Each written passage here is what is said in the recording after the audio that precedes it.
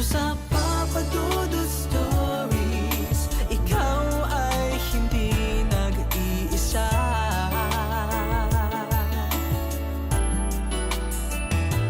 Dito sa Papa Dudut Stories, may nagmamahal sa'yo. Papa Dudut Stories, Papa Dudut Stories. Dear Papa Dudut, sa lahat po ng mga nakatutok ngayon, huwag kalimutan na mag-like, mag-share at mag-subscribe.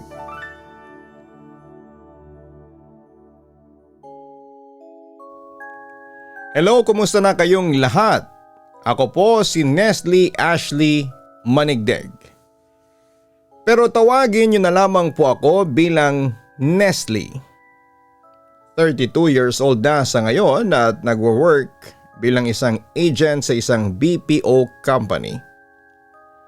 Gusto ko lang sanang i-share sa inyo ang aking kwento na masasabi kong nakakakilabot at hindi ko talaga makakalimutan. Totoo itong nangyari sa akin, maraming taon na ang nakakalipas. Grade 4 ako noon. Magkaroon ako ng subject na kung tawagin ay edukasyong pangtahanan at pangkabuhayan. Isa ito sa pinaka-hate kong subject since hindi naman ako mautusang gumawa ng mga gawaing bahay tulad ng paglalaba at pagluluto. In other words ay tamad ako noong bata pa ako. Hindi rin ako mahilig sa pagtatanim ng mga gulay tulad ng pechay, mustasa at kung ano-ano pang gulay na hindi ko naman kinakain. Yes, carnivore ako at sukang-suka ako sa mga gulay. Sa kabilang banda, maliban sa garden na pinagtataniman namin ay meron din kaming classroom kung saan ay nandun yung mga project namin, gaya ng mga art na gawa sa mga recycle, mga bote na ginagawa naming flower vase, and mga basahan na gawa sa yarn. Luma at gawa lang sa kahoy ang classroom namin. Marami ding mga nakasabit na mga lumang litrato sa mga dingding. Mga lumang project ng mga dating estudyante ni Sir Nicanor. Siya ang 65 years old na teacher namin. Nakasabit din sa iba't ibang side ng dingding yung mga litrato ni Sir noong kabataan. Meron din siyang mga litrato ng mga students niya yearly. Pakonti-konti lang yung mga students niya dati, pinakamarami na siguro yung 20. Ako palagi ang inuutusan niyang mag-check ng attendance at magsulat sa blackboard. Ako rin ang naging taga-sulat ng noisy kung saan yung maililista ko ay sisingiling ko ng 5 pesos bilang parusa. Papadudot masasabi ko talagang mabait si Sir Nicanor. Sinasabihan niya ako ng very good palagi. Tapos ay malaki ang nakukuha kong grade sa kanya. Palagi niya din akong binibigyan ng mga minatamis na candy tulad ng Turkish Delight, Chocnut at candied fruits. Iniisip kong naiinggit sa akin ang mga classmates ko dahil dito kaya naging tukso sa akin na straw daw ako. In other words, sip-sip. Hindi ko na lang yun pinapansin. Pero isang araw habang nag-check si Sir ng exam papers, nagkukumpulan kami ng classmate ko at naglalaro ng truth or dare. Tapos ay tawanan kami ng malakas dahil sa mga nakakatawang task na pinagagawa namin sa malas na mapipili ng nguso ng bote. Nang biglang may narinig akong nabasag. Sobrang lakas na nagpatahimik sa aming lahat. Galit na inihampas ni Sir Nicanor ang bote ng flower vase sa mesa na naging dahilan ng pagkabasag nito. Pinalabas niya kaming lahat at pinabalik sa classroom namin at sinabing isusumbong kami sa advisor namin. Natakot kami kay Sir. Yung usual na maamon niyang mukha ay biglang nag-iba. Doon ko lang nakita na galit siya. The next day ay nagsorry sa Sir Nicanor sa inasal niya. Nagsabing stress at pagod lang daw siya. Kaka-check ng mga test papers. After class, sabi ni Sir sa akin na huwag daw muna akong umalis at tulungan ko daw siyang maglinis ng classroom. Natakot ako kasi bakit ako lang. Umalis na isa-isa ang mga kaklase ko pero may nagpaiwan, si Ryan, kapitbahay at kababata ko. Nagtaka si Sir Nicanor kung bakit nagpaiwan si Ryan. Magkasabay po kasi kaming uuwi ni Nestle, Sir. Kaya hihintayin ko na lang siya. Seryosong sagot ni Ryan noon. Samantala halos 15 minutes ata kaming naglinis ni Ryan. Tapos ay nagpaalam ako sa kanya na iihi ako at samahan niya ako dahil walang ilaw ang CR. At hindi ito nasasara kaya dapat ay hawakan ang pintuan sa labas. Maliban sa walang ilaw ay walang pumapasok na ilaw sa loob ng banyo na mas lalong nagpapadilim dito. Pagpasok ko sa banyo ay sinigurado ko munang hinahawakan talaga ni Ryan ang pinto. Bago ako nag-squat para umihi. Pero laking gulat ko pagtingin ko sa right side ng inodoro ay may maliit na butas at may matang nakatingin sa akin. Pumikit ako tumingin sa pinto kung saan alam ko na nandun si Ryan. Tinapos ko ang pag-ihi ko at dali-daling lumabas sa CR. Tinulak ko ang pinto dahilan para matumba si Ryan. Dali-dali kong kinuha ang bag ko at bag ni Ryan at halos matumbang naglalakad palabas. Nagtataka namang nakasunod si Ryan sa akin palabas pero halos mahulog ang puso ko dahil nakasalubong ko si Sir Nicanor. Hindi ko siya pinakinggan sa sinabi niya at naglakad palabas hanggang sa makapunta ako sa lugar na maraming bata. Nagtataka si Ryan na nakasunod sa akin sa paglalakad. Pagkarating sa bahay namin, sunungitan ko siya at sinabing umuwi na sa kanila. Pero hindi pa siya umalis at tinuro yung bag niya na kanina ko pang hawak-hawak. Habang nasa kwarto ako ay iniisip ko yung nakita ko sa CR. Hindi ako pwedeng magkamali mata yun ni Sir Nicanor. Mata ni Sir na kunot na. At may eye bags. Naninilaw din ito gawa siguro ng katandaan niya. Sigurado ako na si Sir Nicanor yun. Friday kinaumagahan nang naalala ko na magtatanim pala kami at kailangang magdala ng bulo. Habang nagtatanim kami ay napansin kong tinitignan ako ng kasama ng classmate kong babae na si Mildred. Galit na galit niya akong tinitignan at to think na nakahawak siya ng bolo na parang ini-imagine niya na ako ang tinutusok niyang yon. Takot na takot ako noon at tinuro ko kay Ryan si Mildred. Sabi ni Ryan ay nagpapapansin lang daw kaya huwag ko daw tignan. Pagkatapos namin magtanim ay sinabihan kami ni Sir Nicanor na pumunta muna kami sa aming classroom kasi pinapatawag daw siya ng principal. Habang nasa classroom kami ay tinignan ko si Mildred. This time, ang papel naman ang hinay-hinay niyang tinutusok ng ballpen habang nakatingin sa akin ng masama. Hanggang sa bigla siyang naging wild at pinagtatapon ang lahat ng nakikita niya.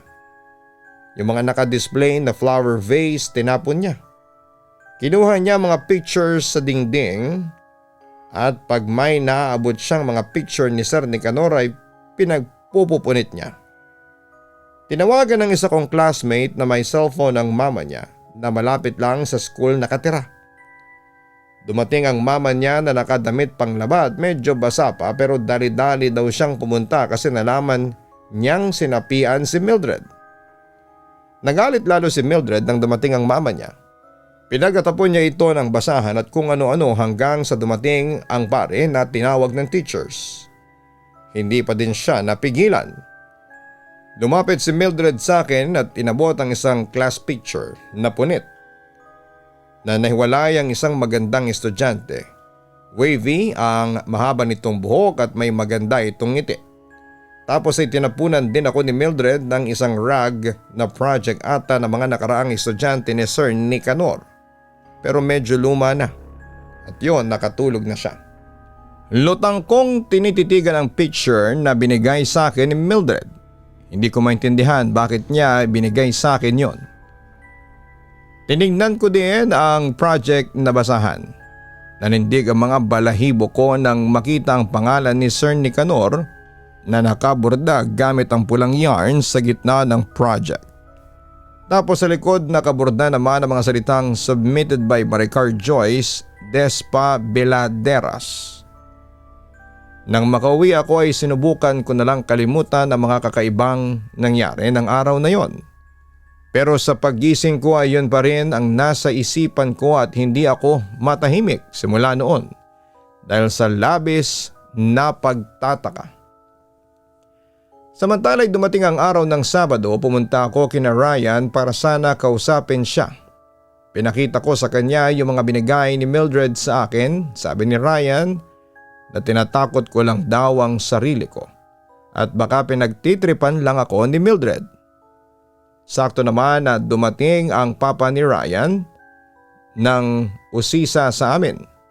Sabi niya ay baka daw nanliligaw na si Ryan sa akin kaya binigyan ako ng mga kung ano-ano. Tinutukoy niya yung hinahawakan ni Ryan na picture at saka rag na yarn. Nanlaki ang mata ng papa ni Ryan at nagtanong saan namin nakuha yon. Sinabi namin na galing yon sa classroom namin sa EPP. Pinagpawisan ang papa ni Ryan na umupo sa sofa habang tinitingnan ang picture at kami namang dalawa ay kinakabahan habang nakatingin sa kanya. Hanggang sa nagkwento na ang papa ni Ryan na itago na lang natin sa pangalang Warlo. Classmate niya daw yung babae sa larawan pero hanggang grade 6 lang. Yung pangalan daw na nakaborda sa likod ayon mismo ang pangalan nung babaeng nasa picture at grade 6 lang daw niya ito huling nakita. Hindi na daw ito nakauwi ng bahay galing sa paaralan. Tinanong namin si Tito Warlo kung naging teacher ba nila dati si Sir Nicanor. Ang sabi niya ay oo sa home economics at paborito niyang estudyante si Maricar. Takot na takot akong naglakad pa uwi ng bahay at paulit-ulit kong iniisip ang mga sinabi ng papa ni Ryan sa amin. Maging si Ryan ay nawirduhan na din. Tinanong ko ang papa niya kung ano ang sunod na nangyari pagkatapos noong hindi na nakauwi ang kanyang classmate na si Maricar. Bukod daw sa mabait at maganda si Maricar ay matalino daw ito sa klase kaya naging paborito siya ni Sir Nicanor. Napapansin din nilang palaging nagpapatulong ang kanilang guro kay Maricar na maglinis pagkatapos ng klase. Natatandaan pa ng papa ni Ryan na noong araw na nawala si Maricar ay ang araw na nagpatulong si Maricar kay Sir Nicanor na tapusin ang ginagawa nitong rag yarn na project. Kaya sinabihan niya si Sir na tutulungan daw niya ito pagkatapos ng klase.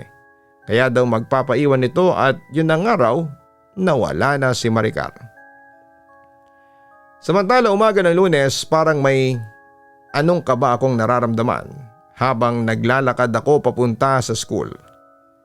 Tulala ako at hindi mapakaling iniisip kung papasok ba ako ng EPP mamayang 3:00 ng hapon.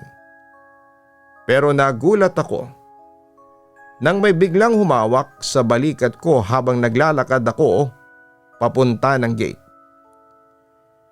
Si Mildred, nagtataka akong nakatingin sa kanya. Bumalik na yung dati niyang masayahing aura na para bang walang nangyari. Hindi din siya nagbabanggit ng mga nangyari noong Biyernes, kaya hindi ko na rin siya kinausap tungkol dito dahil mukhang hindi naman niya natatandaan. 2:00 na ng hapon. Lalong tumindi ang kaba ko dahil isang oras na lamang ay EPP na. Busy naman ang mga kaklase ko sa pagto-throwback na mga nangyari noong Biyernes. Dahil sa kaba ko ay naihi ako at pumunta sa CR. Pero timing na nilock ito ng teacher namin dahil barado daw at may kakaibang umaalingasaw na amoy. Kaya doon daw muna ako sa Filipino faculty nila mag-CR at mag-excuse lang sa mga teachers. Sabihin ko daw na sira daw ang CR namin at doon ako pinapa-CR ni ma'am. Pagpasok ko ng faculty room ay nandoon si Mrs. Tabayongyong at si Mrs. De La Torre.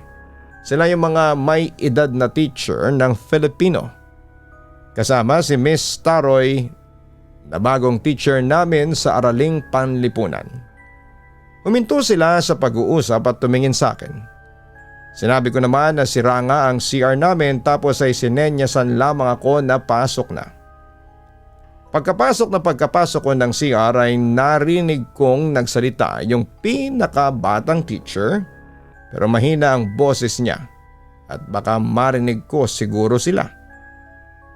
Nagtanong si Miss Taroy kung totoo ba na sinapian yung estudyante sa EPP noong Friday at baka may family problem lang daw at nagdadrama. Sinagot naman siya ni Mrs. Tabayongyong na hindi na daw bago sa kanila ang gano'n dahil taon-taon sa loob ng 13 years na may nasasapi ang estudyante ni Sir Nicanor at nagsimula daw yon nung may isa siyang estudyante na nawala at hindi na bumalik pa. Pinaghihinalaan na daw si Sir Nicanor ng head ng faculty nila dahil sa school lang huling nakita ang bata ng mga kaklase nito at last subject din nila ang home economics. Pero wala naman silang solid evidence na may kinalaman siya sa pagkawala ng isang estudyante. At saka maganda daw ang record ni Sir Nicanor.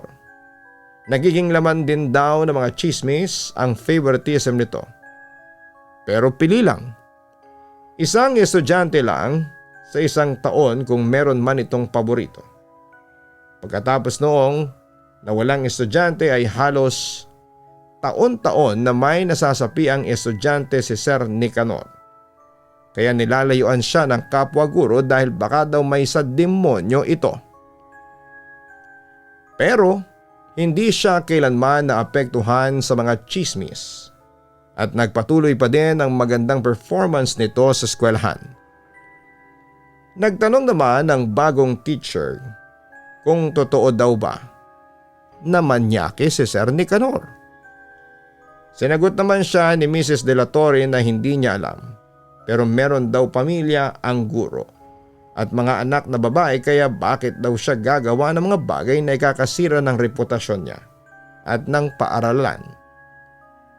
Lumabas ako ng banyo at nagtinginan ng mga guro sa akin at tinanong kung dumumi daw ba ako dahil ang tagal ko. Nahiya ako at yumuko. Hindi naman ako dumumi pero yun na lang ang sinagot ko para hindi sila maghinala na nakinig lamang ako sa chismisa nila. Samantala'y bumalik ako sa classroom, tulala akong naglalakad sa hallway. May nabangga ako pero hindi ko na pinansin. Nagulat ako nang biglang hinawakan ang braso ko noong taong nabangga ko.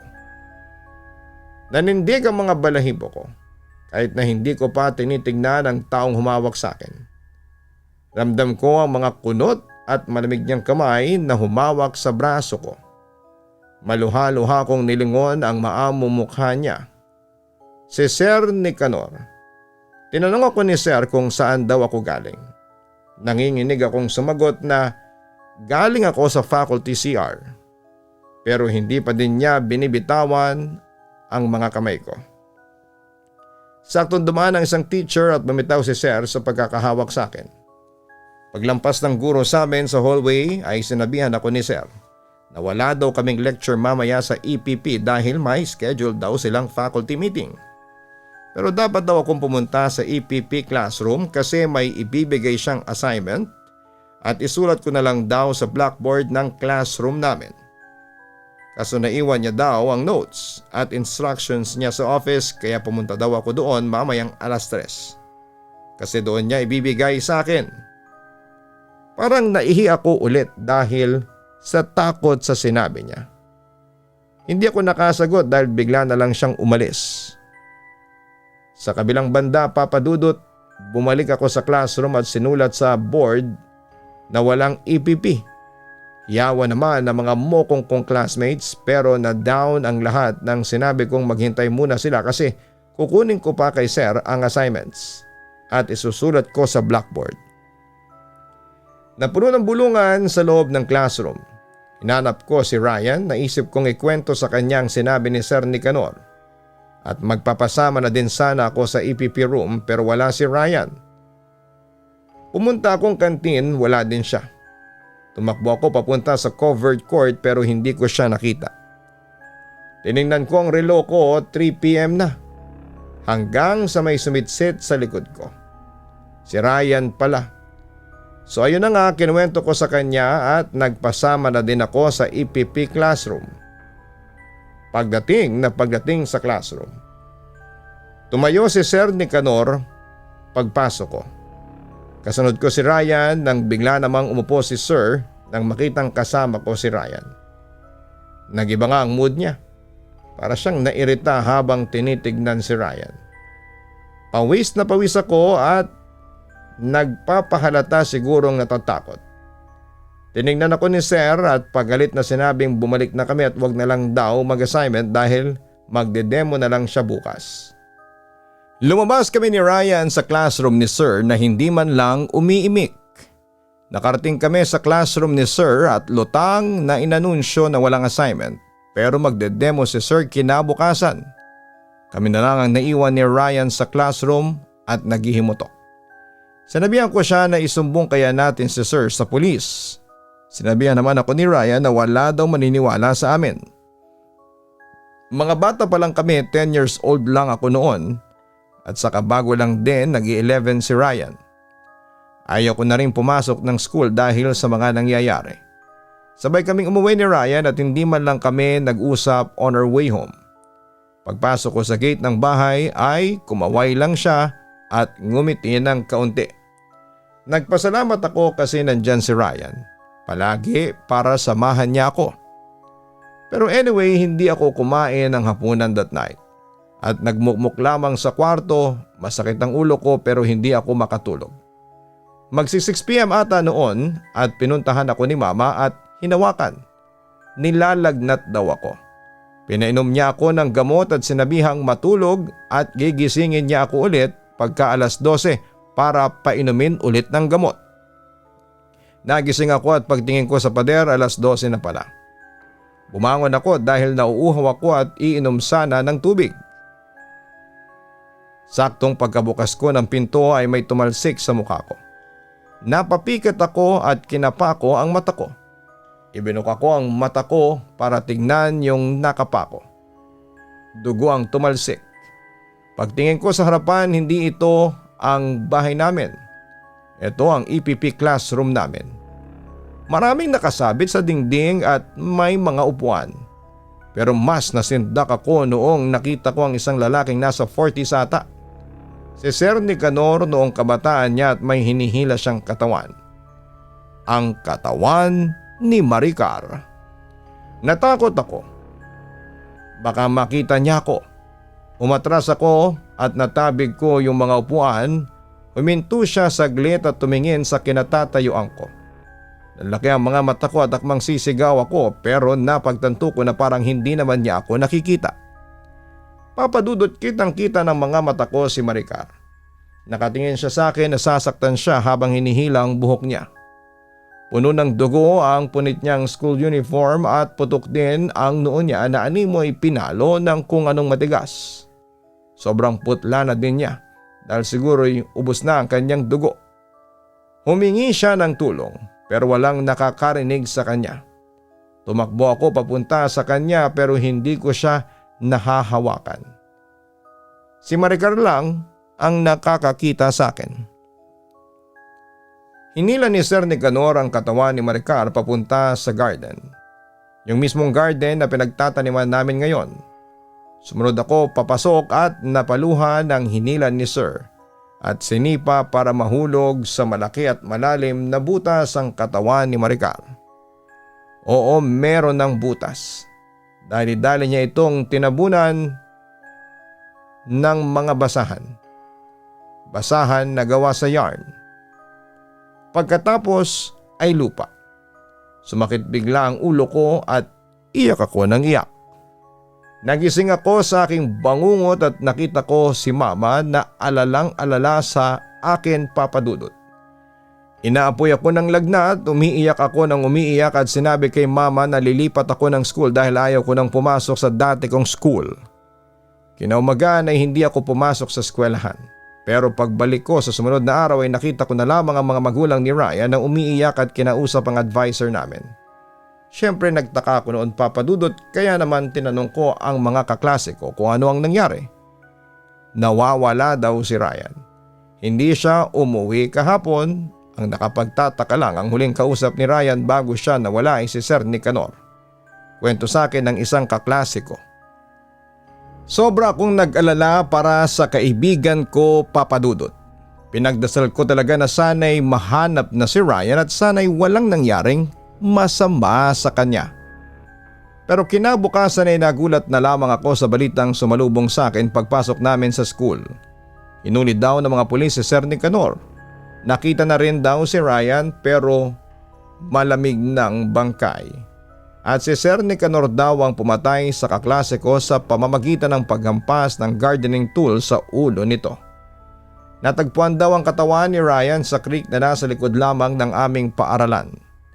Sa kabilang banda ng araw ding yon, may mga investigador na pulis ang naghukay sa garden area ng school at doon nga ay may nakitang buto ng batang babae na pinapaniwalaang kay Maricar. Ayon pa sa narinig ko, si Sir Nicanor din mismo ang umamin na pinatay niya si Maricar at doon niya nilibing sa school garden. Samantala'y dumalo kaming lahat sa burol ni Ryan. Iyak ako ng iyak noon at hindi ko akalain na gano'n ang sasapitin ni Ryan. Nang itanong ko naman sa mga kaklase ko kung bakit kaya pinatay si Ryan ni Sir Nicanor, ang sabi galit daw ang teacher ko dahil palagi raw kinokontra ni Ryan ang masamang plano ng teacher ko laban sa akin. Nung huling araw ni Ryan, pinatawag siya ni Sir Nicanor para pakiusapan na lumayo na sa akin. Pero tumutol daw ang kaklase ko at nagtangka daw si Ryan na isumbong si Sir Nicanor sa school management dahil sa masamang balak nito sa akin. Nagdilim daw ang paningin ni Sir Nicanor kaya pinatay niya si Ryan. Lumipas sa mga taon, naka-move on na ako sa nangyari. Palagi ko pa rin dinadalaw ang puntod ni Ryan at nagpapasalamat palagi sa kanya. Kasi iniligtas niya ako laban kay Sir Nicanor. Isanakripisyo niya ang kanyang sarili para lamang mailigtas ako. By the way, ang kwento ko sa inyo ngayon ay ang aking version ng kwento tungkol kay Sir Nicanor. Naitampok na kasi ito sa isang TV show pero sina Maricar at Ryan lamang ang nabanggit sa kwento. Aminin ko, Papa Dudut, na hanggang ngayon ay laman pa rin ng utak ko yung what if kung ako ang pinatay ni Sir Nicanor sa halip na si Ryan. Nagpapasalamat pa rin ako sa Diyos kasi hindi niya ako pinabayaan. Papa Dudut, hanggang dito na lamang ang sulat ko at maraming salamat. Magandang araw sa inyong lahat. Lubos na gumagalang, Nestle. Maraming salamat, Nestle, sa pag-share mo ng version ng iyong kwento tungkol sa naranasan mo sa kamay ng isang abusadong guro. Pero tandaan natin na isolated case lamang ito at si Sir Nicanor ay iilan lang sa mga gurong umaabuso sa kanilang mga estudyante. Kapag ikaw na estudyante ay nakaranas ng pang-aabusong sexual, ay huwag magdalawang isip na magsumbong sa kinauukulan. Sa iyong advisor, sa principal, sa pulis, pero higit sa lahat ay magsumbong ka sa iyong mga magulang para matulungan kanila sakaling ikaw ay nakakaranas ng pananakot, pananakit at pang-aabusong verbal o sexual. Huwag tayong manahimik sa mga ganitong pangyayari, ipaglaban mo ang iyong karapatan bilang isang estudyante at bilang isang babae. Walang sino man ang dapat makaranas ng anumang pang-aabuso sa bahay man, sa eskwelahan, sa workplace. Kahit saan. Huwag matakot at matutong lumaban para sa iyong buhay at sa iyong dangal.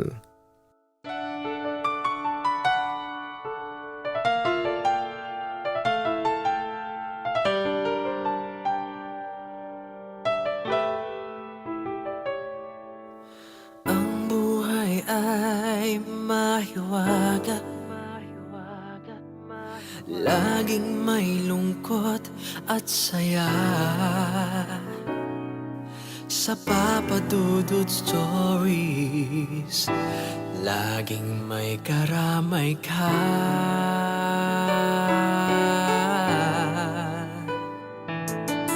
Mga problemang kay bigat, dito ay pakikinggan ka. Sa Papa Dudut Stories, kami ay iyong kasama. Dito sa Papa Dudut Stories, ikaw ay hindi nag-iisa.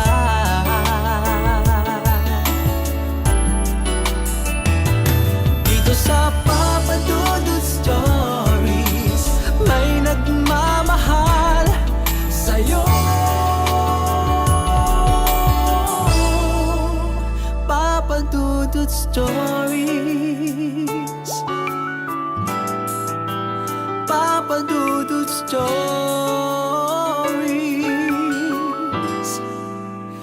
Papa Dudut Stories.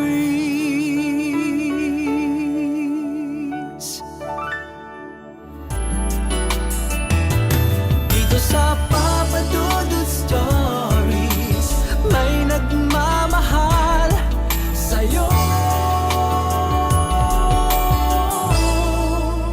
Papa Dudut Stories, Papa Dudut Stories. Hello mga ka-online, si Papa Dudut po ito. Nag-enjoy ka ba sa ating kwento ngayong araw? Huwag kalimutan na i-share, mag-like at mag-subscribe. Maraming salamat po